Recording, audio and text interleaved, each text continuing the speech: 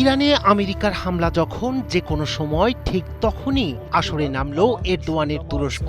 ইসরায়েলের হামলার সম্ভাবনা, আমেরিকার নৌবহরের উপস্থিতি আর ব্রিটিশ যুদ্ধবিমানের আগমন, একই সঙ্গে ইরানের তীব্র প্রতিরোধ, সব মিলিয়ে এক অনিশ্চিত উত্তেজনার ল্যান্ডস্কেপ গোটা মধ্যপ্রাচ্য। এই আবহে সতর্ক করেছেন তুরস্কের পররাষ্ট্রমন্ত্রী। Saldırı arayışında olduğunun emareleri de yok değil.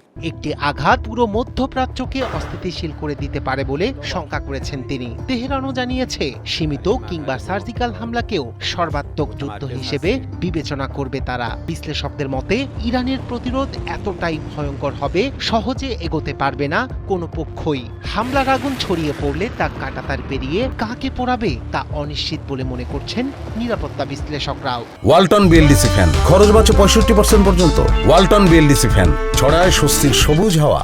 মধ্যপ্রাচ্যের আকাশে আরো ঘন হচ্ছে যুদ্ধের মেঘ। একটি হামলা আর তাতেই জ্বলে উঠতে পারে গোটা অঞ্চল। ইরানকে ঘিরে উত্তেজনার আগুন ছড়িয়ে পড়ার আশঙ্কায় এবার সতর্কবার্তা দিল আঙ্কারা। তুরস্কের পররাষ্ট্রমন্ত্রী হাকান ফিদান স্পষ্ট ভাষায় জানিয়ে দিয়েছেন, ইরানে হামলা মানে শুধু একটি দেশের উপর আঘাত নয়, তা গোটা মধ্যপ্রাচ্যকে ঠেলে দিতে পারে ভয়াবহ অস্থিতিশীলতার দিকে। দেশটির এক বেসরকারি টেলিভিশন চ্যানেলকে দেয়া সাক্ষাৎকারে ফিদান বলেন, ইরানের উপর আঘাত হানার সুযোগ খুঁজছে তেল আবিব। তাঁর ভাষায়, এই হামলার বিষয়ে সবচেয়ে বেশি আগ্রহী নেতানিয়াহু প্রশাসন। সম্প্রতি তেহরান সফরের সময় এই আশঙ্কার কথা সরাসরি ইরানের নেতৃত্বকে জানিয়ে এসেছেন বলেও জানান তুরস্কের পররাষ্ট্রমন্ত্রী। একই সঙ্গে ইরানে যে কোনো ধরনের বিদেশি হস্তক্ষেপের বিরোধিতা করার কথা পুনর্ব্যক্ত করেছেন president Recep Tayyip Erdogan. Haklıyken haksız duruma düşecek eylemlerden এর মধ্যেই কড়া বার্তা দিয়েছে তেহরান। রয়টার্সকে দেয়া এক বিবৃতিতে ইরানের এক জ্যেষ্ঠ কর্মকর্তা বলেন, শত্রুপক্ষের যে কোনো হামলাকেই তারা পরিপূর্ণ যুদ্ধ হিসেবে বিবেচনা করবে। তার হুঁশিয়ারি, সীমিত, ব্যাপক কিংবা তথাকথিত সার্জিক্যাল হামলা, সবকিছুর জবাব হবে সর্বাত্মক ও ভয়াবহ।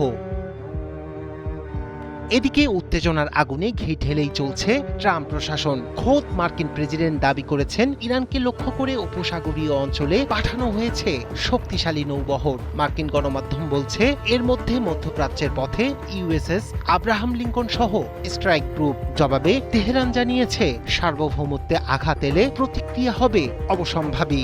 দেশ জুড়ে জারি করা হয়েছে সর্বোচ্চ সতর্কতা। প্রস্তুত আইআরজিসি সহ রিজার্ভ বাহিনী। বসে নেই মধ্যপ্রাচ্যের বিভিন্ন প্রান্তে থাকা ইরান সমর্থিত সশস্ত্র গোষ্ঠীও।